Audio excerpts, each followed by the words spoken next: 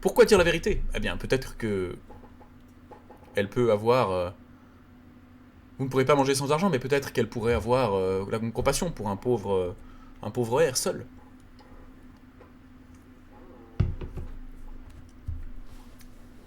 Vous restez donc avec Manon, et elle commence à vous parler de son relais, elle commence à vous parler de la manière dont elle vivait ici, que avant les bergers passaient du temps ici sur le plateau, qu'il faisait bon vivre, mais depuis que les brigands sont là...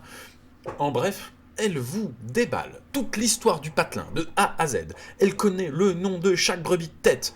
Elle vous explique qu'elle a fait sa bonne part, qu'elle a vu son mari partir à la guerre, il en est mort, elle en a pris un autre, il est reparti, il en est mort, et au terme de tout cela, elle s'est rendue compte qu'elle était bien plus heureuse avec ses moutons, sa taverne, et qu'elle n'avait finalement besoin d'aucun homme pour lui voler son argent et d'aller le boire dans son dos. Alors, comme elle en avait assez des hommes et qu'elle en avait assez de la guerre, elle s'est réfugiée dans la forêt. Il s'avère que il lui arrive quelques mésaventures, mais heureusement, elle cuisine bien et elle est considérée comme un bureau de poste. Alors, les brigands n'osent pas trop l'attaquer parce que si, en temps de guerre, on fait l'erreur de brûler un bâtiment où sont réservés des chevaux de poste, on peut s'assurer une sévère remontrance et l'arrivée de quelques troupes militaires. Alors pour l'instant, vaille que vaille, tout se passe bien. Vous avez évidemment la possibilité de lui poser 1 milliard de questions, puisque cette femme pourrait répondre à 1 milliard de questions, même sans en connaître la réponse.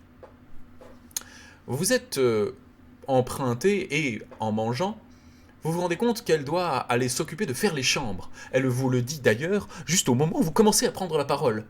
Oh, je suis désolé, je parle, mais j'ai du travail. Les bougons du fond doivent sans doute aller dormir. En effet, vous les voyez s'impatienter. Notamment la gigantesque silhouette dont vous ne voyez toujours pas le visage qui a englouti l'intégralité de son ragoût. Elle resserre au monstre une petite portion de ragoût en disant qu'elle arrive tout de suite. Elle vient ensuite s'adosser largement avec vous en vous disant « Faites vite, hein, je n'ai pas beaucoup de temps. » Flûte alors. Elle n'a pas beaucoup de temps. Vous avez donc le temps de lui poser 2 questions. Première question, vous pouvez vous enquérir de la géographie des lieux, le chemin à prendre, et savoir si en l'occurrence il s'agit bien là-haut du plateau du clos pauvre que vous recherchez. Première option, des questions de géographie. Deuxième question, vous pouvez lui demander si vous n'auriez pas vu passer, il y a environ 1 semaine et demie, 2 semaines de cela, une caravane, sans doute avec un magicien, quelques hommes en armes et des chevaux. Par où sont-ils passés? Voici votre deuxième question. Ah, je vois que les démons sont fatigués. Il ne faut pas oublier de nettoyer les lignes entre les questions. Troisième question, vous pouvez aussi simplement vous enquérir des gens qui sont dans cette taverne. Que se passe-t-il?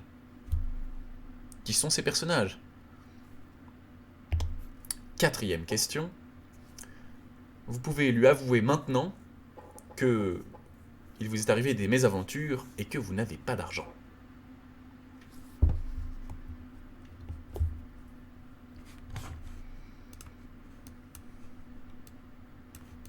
Pour ce choix à 4 options,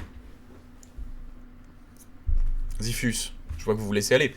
Pour ce choix à 4 options, si notre sondage refonctionne, je vais vous laisser une bonne minute pour choisir. Discutez-en dans le chat, regardez, posez-moi donc des questions, ce sera avec plaisir que je vous réponds. Je pense qu'il s'agissait d'un petit bug passager. Moi, je kiffe Manon des sources, la vérité. Est-ce qu'on doit absolument savoir qui sont ces gens? Bah non, rien ne vous y oblige, effectivement.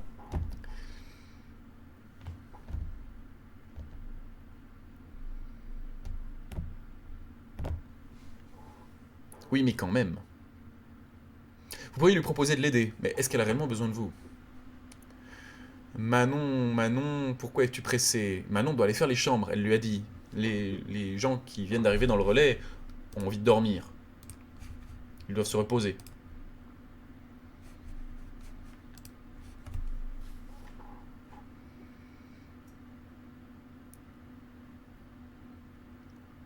La caravane, évidemment, peut-être qu'ils sont passés, mais vous savez pas s'ils sont montés par un autre chemin. Je rappelle quand même, parce que je sens qu'il y a peut-être un léger flou, la caravane qui a été attaquée... Ah, carrément. Ah d'accord, on garde des options, on met même plus de mots. Je comprends, je comprends. Le sondage, en l'occurrence, ne donne pas plus d'options que ça, si ce n'est que vous avez l'option 2 et l'option 3, s'enquérir sur le passage d'une caravane ou qui sont ces personnages dans la taverne. Nous allons donc relancer un sondage. Je demanderai, cette fois-ci, d'essayer d'écrire des réponses un tout petit peu plus engagées, il y a peu de risques. Peut-être que simplement quelqu'un a ripé et a signalé le sondage tout à l'heure, et c'est pour ça qu'il t'a empêché d'en faire quelques-uns.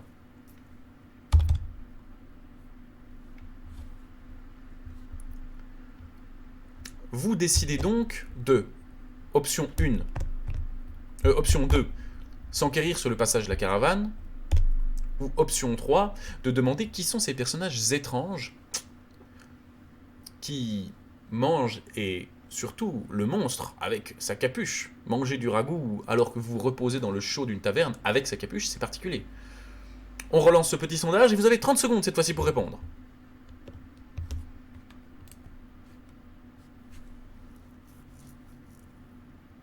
Où allez-vous? Je crois que j'ai compris.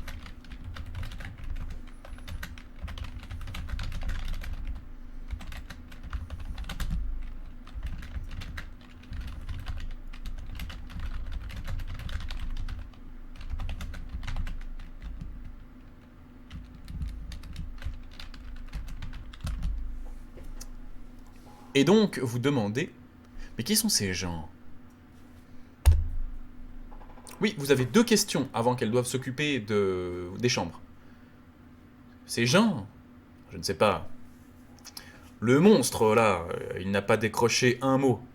C'est le genet, avec les manches qui brillent, qui est venu commander à manger pour lui. Ensuite, les deux, tout plein de déférence, ils sont venus s'installer là. Il faut vous dire que le palefroid qui est à l'extérieur, j'ai eu de la peine à le regarder dans les yeux, sacré bête, hein. C'est avec ça qu'il est arrivé. Je pense qu'il se dirige vers le front. Difficile de vous en dire plus. Et vous, qu'est-ce que vous faites dans ces parages? Vous avez donc maintenant le choix d'une deuxième question. Vous pouvez lui demander, ou lui dire la vérité. Je cherche une caravane qui est passée là il y a à peu près 2 semaines et qui aurait été attaquée plus haut. De l'autre côté, vous pouvez continuer et dire... Ah, excusez-moi, il faut nettoyer les lignes si vous pouvez. Et dire, mais... Et vous, qu'est-ce que vous en pensez réellement? Ce ne seraient pas des brigands? Est-ce que vous avez confiance? Forcez un peu sur les personnages qui sont là. Manon ne se trouve absolument pas gêné de parler d'eux bien fort. Vous êtes sûr qu'il vous a entendu. Donc, continuez à s'enquérir des voyageurs. Option numéro 3, lui dire que vous n'avez pas d'argent. Option numéro 4, reposer la question de la géographie. Où suis-je? Est-ce le bon endroit? Option numéro 1, je cherche une caravane qui serait passée par là. Option numéro 2, insister sur les étrangers. Option numéro 3, je n'ai pas d'argent. Et option numéro 4, ma foi, où sommes-nous? Et est-ce que le plateau là-haut est bien le plateau du clos pauvre? Vous aurez cette fois-ci une petite minute pour choisir cette dernière question avant que Manon ne soit forcée d'aller faire les lits.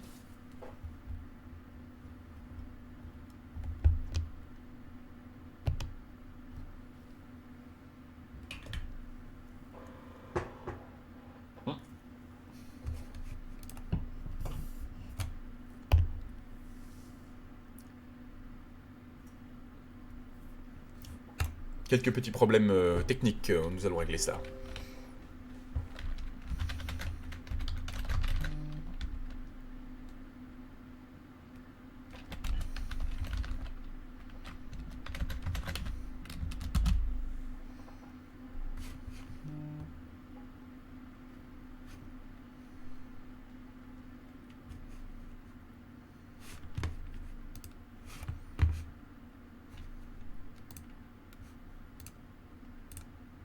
Étonnant. Nous avons quelques soucis. Nous allons trouver une solution, ne vous inquiétez pas.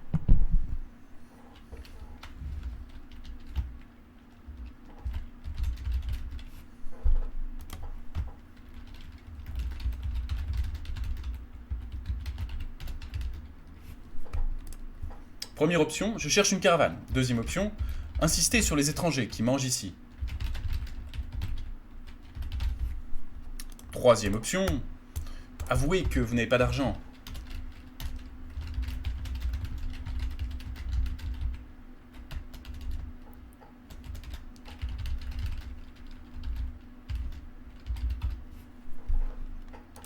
Quatrième option, où sommes-nous?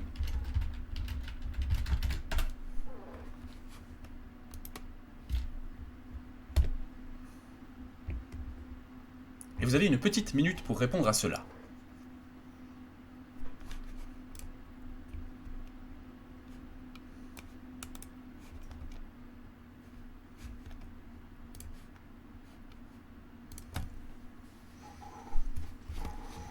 On mange, on n'a pas d'argent, des gars chelous, effectivement, cela sonne bon la situation de merde.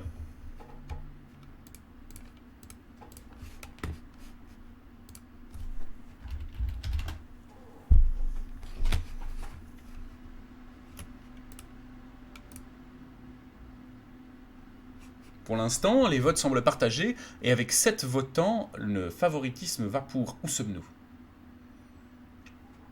Peut-être pourrez-vous tirer des informations importantes. Peut-être qu'elle vous dira simplement que vous n'êtes pas au bon endroit. Mais, apparemment, la Manon ne se démente pas, et lorsque vous lui demandez où vous êtes, elle rigole, se tape sur les cuisses et dit « Alors vous arrivez comme ça, à moitié nu, alors qu'il fait un froid de canard, et vous ne savez pas où vous êtes. Excusez-moi, mais ce soir, ma bergerie commence à avoir des allures de salles étranges. Entre les 3 capuchons qui dévorent leur ragoût là-bas au fond, et vous qui avez l'air perdu comme les pommes. Excusez-moi, je suis pas susceptible, mais ça fait suspect. Je suis pas suspicieuse, mais c'est suspect.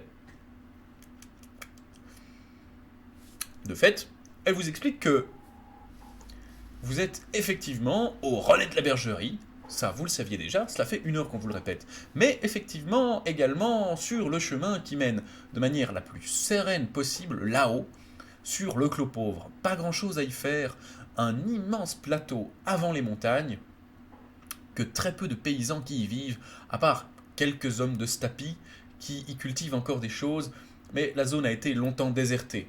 Depuis que les chauves-souris ont quitté la région, très difficile de s'y rendre, et à moins de vouloir prendre un raccourci très rapide pour atteindre le bout du monde, ça n'a pas vraiment d'importance. Au moins, vous êtes fixé. Elle se retourne vers vous et, d'un air presque d'excuse, avec cette amabilité des hôtesses qui vous font tout de suite sentir que vous êtes chez vous, elle vous dit « Pour le ragoût, ça fera 2 pièces de cuivre. Vous voulez une chambre, j'imagine. Alors, avec la chambre, ça fera 8. » Et elle vous tend une main polie. Que faites-vous? Option 1. Vous lui avouez que vous n'avez pas d'argent. Option 2. Eh bien, option 2. Je vous laisse le chat proposer une option 2. Est-ce que vous avez de l'argent? Qu'est-ce que vous pourriez échanger? Le chat, je vous laisse une petite 30 secondes pendant lesquelles je vais lire les réponses les plus présentes et voir ce que vous pouvez proposer comme option 2 en réponse du paiement de la chambre et surtout du repas. Vous proposez de faire la vaisselle une fois, l'aider dans ses tâches. Il y a le petit ballot d'argent que vous avez récupéré de l'écharpe, le fil d'argent. On la drague et on paye en nature, on va éviter ce genre de vanne. On lui montre la cape de bandit, on lui dit qu'on a nettoyé le chemin. Parfait. Alors.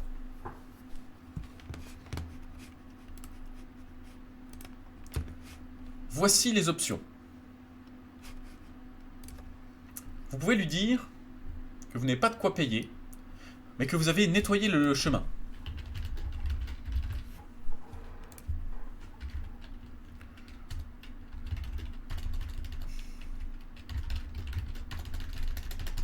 Bon, déjà, vous pouvez lui dire « je suis sec ».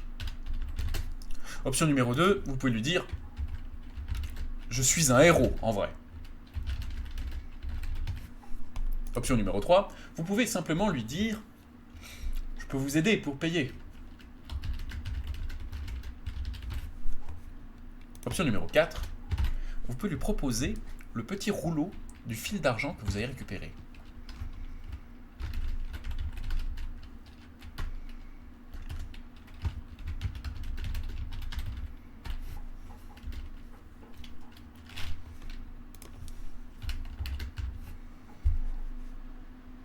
Vous avez une petite minute pour décider.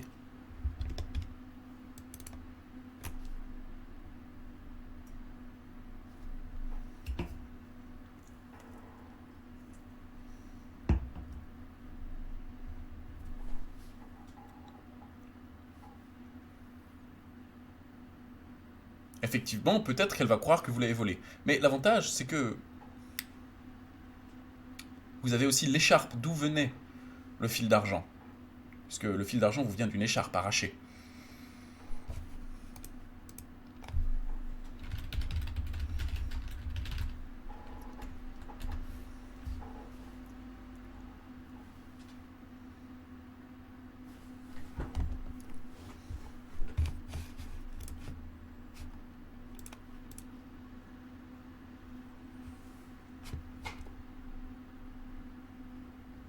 Ce n'est pas l'écharpe, il s'agit juste du fil d'argent de l'écharpe.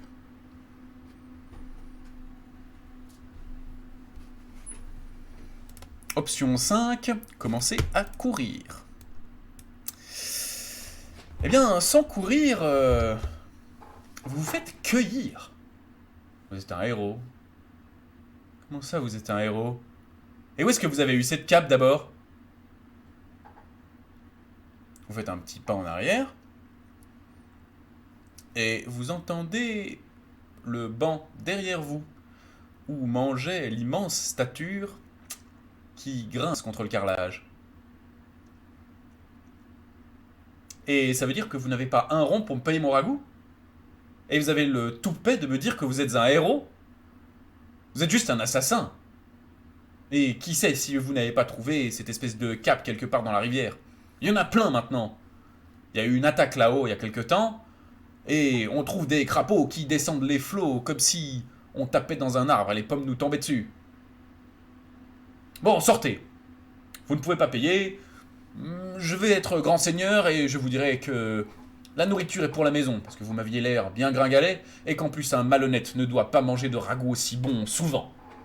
Maintenant, sortez. Sortez, je vous dis. Vous avez deux options. Je demanderai à mon petit démon de retenter, s'il peut. Option numéro 1, vous pouvez lui dire « Bien, bien, je sors ». Option numéro 2, vous pouvez dire « Écoutez », et en tout cas prendre le statement de rester sur place, mais tenter d'engager la conversation. Sortir, rester.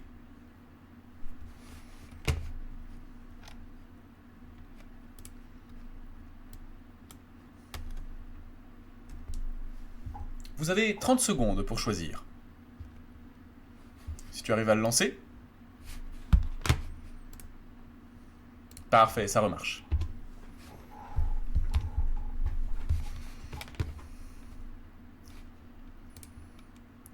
Il y a les patates.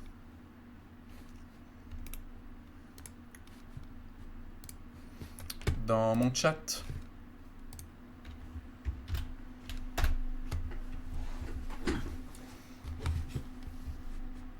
Au pire, on lui crame la baraque à sa frangine. C'est tout à fait possible, oui. Vous restez. Ma foi, bon. Vous décidez de rester. Vous commencez à lui parler, et puis... Très vite, merci Coracol. Elle affiche un large sourire, Elle ne vous écoute pas du tout. Vous sentez la gêne s'installer.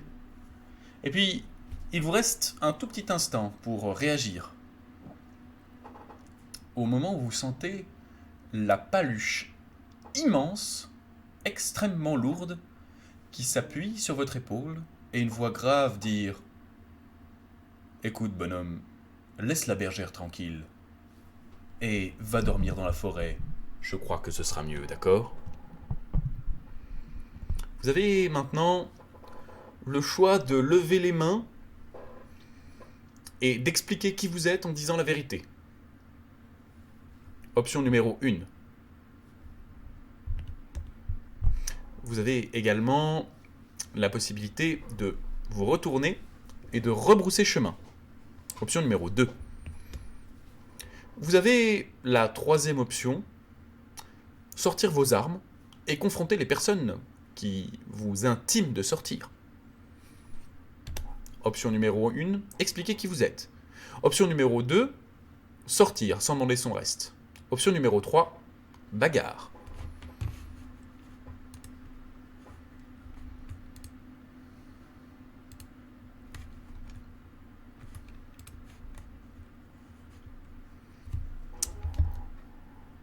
Vous avez 30 secondes pour décider.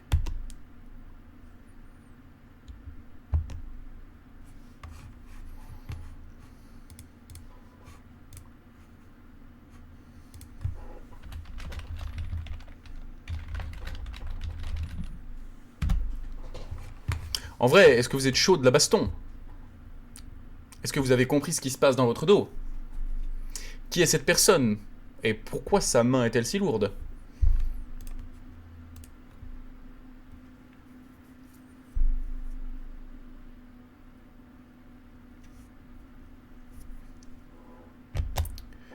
Vous vous retournez pour apercevoir derrière vous un homme qui n'a toujours pas enlevé sa capuche, mais dont le gantelet d'armes gigantesque qui sort de sa petite capeline vous intime la certitude il a mangé en armure complète. Et il s'agit peut-être d'un peu plus qu'un simple soldat, cela doit être un paladin. Un sens de la justice très particulier, et disons une perméabilité au pardon, qui souvent détermine si oui ou non l'épée à deux mains passe à travers du visage de l'innocent. Il vous regarde d'un air étonné, et lorsque vous... Non, c'est pas Yor, Innocide, arrête. Il vous regarde d'un air étonné et écoute votre histoire. Vous avez maintenant plusieurs choix. Vous pouvez lui dire toute la vérité. Vous pouvez simplement lui dire « Je cherche juste à dormir ici, et je peux m'arranger pour payer », et lui expliquer que vous êtes à la recherche de l'attaque. Ou vous pouvez lui dire toute la vérité en omettant le fait que vous avez incendié le village de Stapi. Option numéro 1, lui dire toute la vérité, rien que la vérité. Option numéro 2, dire je veux juste dormir ici et se cantonner à la recherche de votre mémoire, dire que vous avez de quoi payer. Option numéro 3, à chaque fois c'est... Ah non, excusez-moi, faut que je me reconcentre, on a eu des petits problèmes techniques, du coup j'ai de la peine à... Voilà, maintenant comme ça j'ai plus besoin de m'occuper de la technique. Dire toute la vérité, se concentrer sur la recherche de votre mémoire et omettre tout le reste. Option numéro 2. Option numéro 3. Dire toute la vérité et omettre l'incendie volontaire d'un village avec les victimes que cela encourt. Vous avez 30 secondes pour décider de ce choix. Option numéro 1, toute la vérité, rien que la vérité. Option numéro 2, juste dormir ici, parler de la quête de votre mémoire en omettant le reste. Option numéro 3, dire toute la vérité sauf l'incendie. Et vous avez 30 secondes pour décider. Le temps passe à une vitesse folle.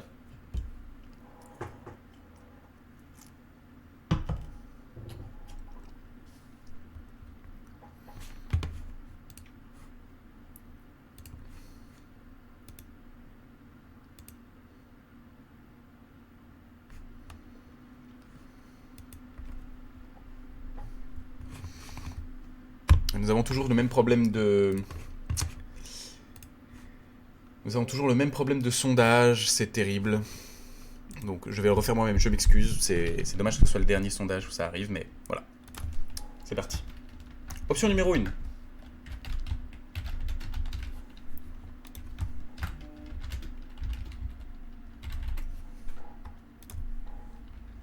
Option numéro 2. Parlez de votre mémoire perdue. Option numéro 3. Omettre l'incendie, mais raconter le reste.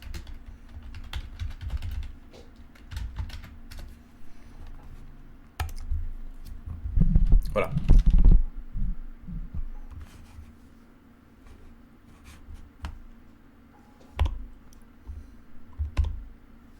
On va se remettre dedans, puisque on a encore un peu de temps avant la pause. J'espère simplement que cela ne nous aura pas fait perdre trop de viewers.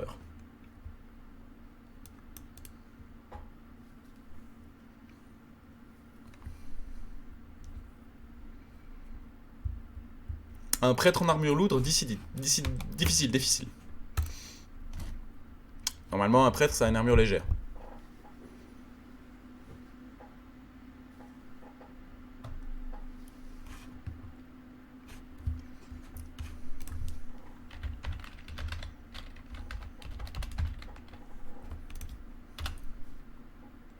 Votre mémoire perdue. L'homme se radoucit et vous dit simplement « Soit, vous avez l'air perdu, effectivement, et si la moitié de votre histoire est vraie, alors je vous comprends. Mais cela n'empêche, vous avez de quoi payer? Sinon, je suis d'accord avec notre pauvre bergère. Je vais vous demander de sortir, avec plus de calme, mais tout à fait dans son bon droit. Vous voyez que pendant qu'il vous parle, il tente d'apaiser la bergère qui fulmine de son côté et tape avec le plat du hachoir sur la planche à découper. Apparemment, on ne la lui fait pas et les bergers qui viennent quémander du ragoût, au moins ont la décence de dire qu'ils ne payeront pas avant de consommer. Vous pouvez vous excuser platement et dire que vous allez sortir. Option numéro 1. Vous excuser platement et dire que vous allez sortir.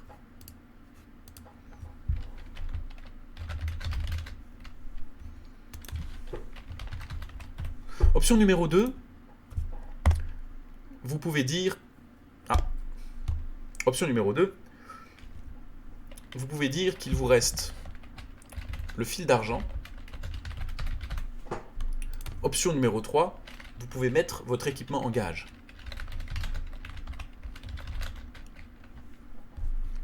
Vous avez pour choisir cette décision importante un... on n'a même plus de... C'est la panique généralisée dans la modération? Comment ça se passe?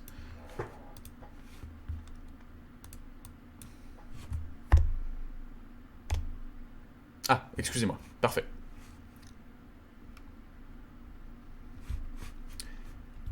Et vous aurez une petite minute. Mais quelqu'un a déjà remplacé le sondage. Formidable. Alors je n'ai même plus besoin de le faire. On est reparti comme en 40.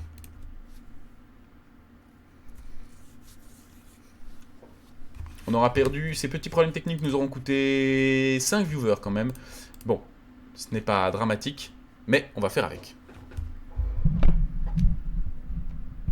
Les modérateurs ont parfaitement bien géré parce que vous n'avez absolument pas l'idée de ce qui est en train de se passer en coulisses. Et c'était un peu le merdier, mais on a la chance d'avoir une équipe solide que je profite de remercier maintenant. YouTube d'ailleurs, après cette décision, nous allons faire une petite pause. Vous saurez donc ce qu'il propose tout à l'heure.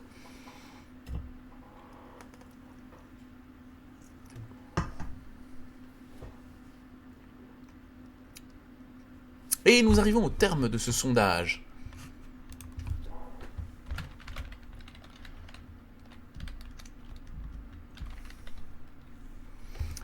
Vous sortez la petite bobine d'argent, vous excusant, et Tavernier soulagé respire un grand coup et vous regarde d'un air étrange. Mais pourquoi est-ce que vous ne l'avez pas dit plus tôt? Elle vous emporte la bobine d'argent, et, très honnête, elle sort elle-même une pièce d'argent, et elle calcule au poids, plus ou moins, ce que le fil ferait. Elle estime que la totalité de votre fil compte 2 à 3 pièces d'argent. Elle en dévide une bonne quantité sur la table, et devant cette bergère qui est en train de sortir les mèches de ses cheveux de votre bobine d'argent, elle en coupe une grande brassée avec son hachoir, et l'enfourne dans sa poche. Puis, d'un air un peu sec, elle regarde tour à tour l'homme, puis vous, en disant « Je vais aller préparer les lits. Monsieur le vagabond, messire le chevalier, je vous souhaite une excellente nuit.